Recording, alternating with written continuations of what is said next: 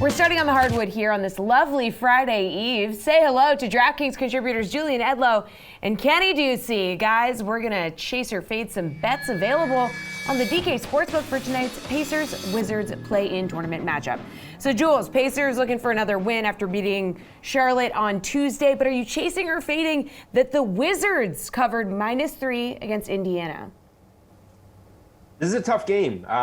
Indy couldn't have looked better in their play-in game. Washington couldn't have looked worse in the second half of that game versus Boston. I don't want to overreact too much here. The Wizards have been, the hottest team in the NBA over the last 20 to 25 games. I am going to say that the talent wins out here. I lean to Washington. They're going to have a really tough time on the interior with Sobonis, I would imagine. We can talk about that rebounding prop, but I think that Washington is going to find a way to scrap this one together. But you can tell, we've had some spots that I've really liked this week. This is not one of them. No strong take on this game. I will be watching. I will enjoy it. I don't know if it's the best one to take a side on. What do you think, Kenny?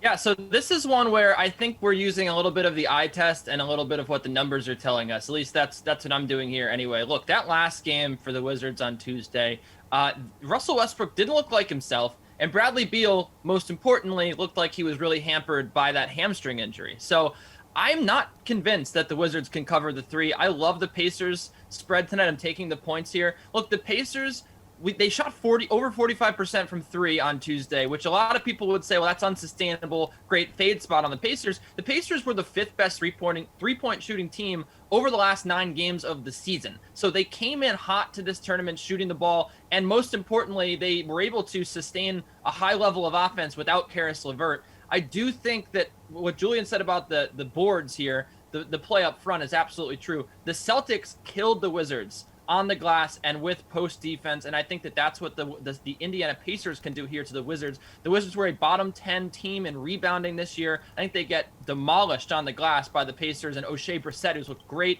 They don't even need Goga Bitadze and Jakar Sampson. They've just been going with the 2-man rotation really up front.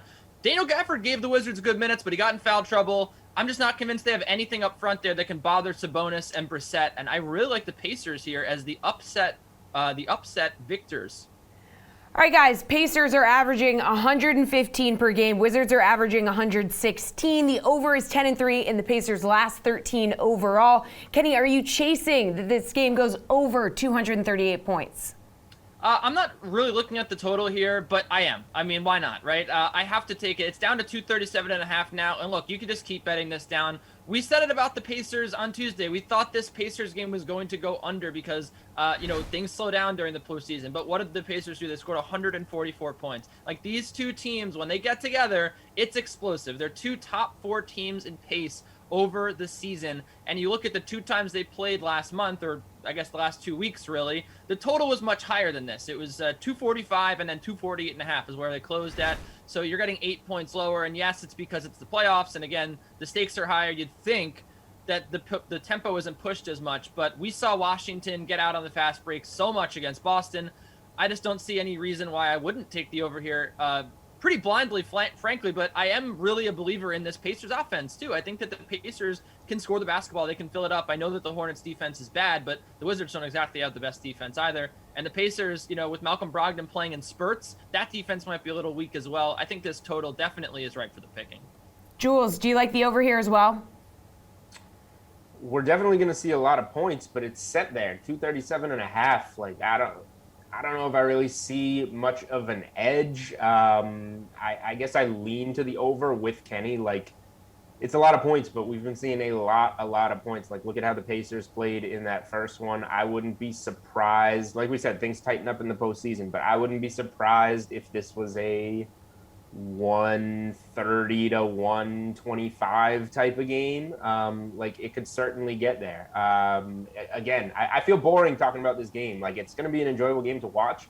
I don't have much of a take on the actual game. I lean to the Wizards to win. I think that they bounce back from that other, the game where they just didn't look like themselves in Boston, even though the Beal side of things might be real. And that worries me about backing the over, too. If Kenny's right and the Wizards are out of sorts and Westbrook and Beal don't play well, well, then we're probably not getting over. So it's a stay away for me. I could see it going either way. Yeah, talking about Bradley Beal in that loss to Boston, he shot just 10 of 25 from the floor. He had 3 turnovers. Jules, you mentioned you're like worried about him. So would you fade that he goes over 31.5 points? I do feel a little better about this. I would probably go to the under on Beal, but I've answered questions the last 2 days, and those 2 questions were Jason Tatum, 33.5 points. Where are you going? Well, he only scored 32.5 points. Where are you going? Well, he only scored 33 or more in 20% of his games this season, so you play the under. 50 burger. Steph Curry, where are you going? 36.5 points. It's going to be a tight game against the Lakers. Low scoring. The under hit easily. He had like 6 points in the middle of the second quarter. What does he do? He sneaks over at the end of the game. Big players play well in big games, but Beal's banged up. I'm going to do it again. 3rd day in a row. Like, best player on the floor. Take the under. Eventually, I'm going to be right. Kenny, what do you think? Yeah, I'm with you, Jules. I have to take the under here. Look, I know that there is a fear here. If you're playing a lot of star player props and you're taking the under on points, it hasn't been great, but I did hammer this Bradley Beal under. I said take the under on the 31.5 on Tuesday, and I'll say it again here, and it's simply because he does not look like himself. He's hampered by this hamstring injury. He said it himself before the postseason. He said, this hamstring is not 100%, so I don't want to bet on a guy to score more than 31.5 points with not 100% health. And you look at how he looked on Tuesday. He was holding that hamstring. He wasn't getting it on the floor pretty well. And he didn't shoot the ball well either. So, yeah, this Pacers defense, look, they're not the best, but they've shown some signs of life lately. And Bradley Beal has not shown signs of life lately. He is just not shooting the ball well at all. He's 4 of his last 17 from 3, dating back 2 games. And I don't have any confidence that he's going to soar above this total here tonight. I know that big players, big games, but I mean, if they're going to have to score the basketball here, I think that they're going to go to some different perimeter shooters because Bradley Beal, clearly not himself. So I think this is a pretty easy under once again. All right, a guy you guys have both mentioned, that they're going to have their hands full with, Domantas Sobonis. Do you think he goes over 48.5 combined points, rebounds, and assists, Jules? Yeah, I'm going to lean to the yes here. Maybe I want to play rebounds more, but yeah, I'll just take it all. You look at the game logs for some of these guys in the regular season matchups, and this is probably one of the reasons why Kenny likes the game over in general so much. Sabonis, 3 games against the Wizards, he averaged 70 DraftKings points. If we want to talk showdown slate eventually, 32.3 points, 14.3 rebounds, 9.3 assists. He was right there in Russell Westbrook territory. Close to averaging the triple-double. I think that you have to go over here. He didn't even play well against Charlotte and still wound up with a ridiculous triple-double stat line. So, yeah, give me the over here on Sabonis. Kenny, you got to take the over here? I do. I mean, yeah, he had that monster triple-double last time these 2 teams met. The time before that, he was just an assist shy of a triple-double, and that is really what I'm looking to more. I mean, I would like to look at the last month or so of games. I'm not really too interested in the game before that. So most recently, yes, he's been fantastic against this team. I think that even there's a lot of value on taking just him to have a triple-double in this game. But the Wizards are 19th in rebounding rate. They have no one down there that's going to be able to compete with Sabonis and Brissett, specifically Sabonis in this question. Robin Lopez did not look very good except for a couple of great post hooks that threw us back 40 years. And you have Daniel Gafford, who played some decent minutes for the Wizards, but he only played 21 because he was in foul trouble. And let's be real, if we're really relying on Daniel Gafford to keep Domantas Sobonis under this total, what are we doing? Yes, he's going to go over this total, 43.5. I love it. All right, finally, Slate Approved pick time. What is your favorite bet tonight, Kenny? I like the Pacers money line. I really do. When you look at both of these teams, they're trending in opposite directions. I think that no one is going to give the Pacers a really fair shot in this game because, as Julian said earlier, the Wizards have the talent. But when you look at how the Wizards have looked, they look like a team that's out of gas right now. And what happened on Tuesday? They were suffocated by a good defense and a really, really good rebounding attack. The Celtics, one of the best rebounding teams in the NBA this season. The Pacers are right up there as well lately. I think that they will run them off the court on the glass. I think that they'll get a clear advantage there. And when you look at the way that the Wizards have played on offense lately, it's just not up to par with the way the Pacers have done it.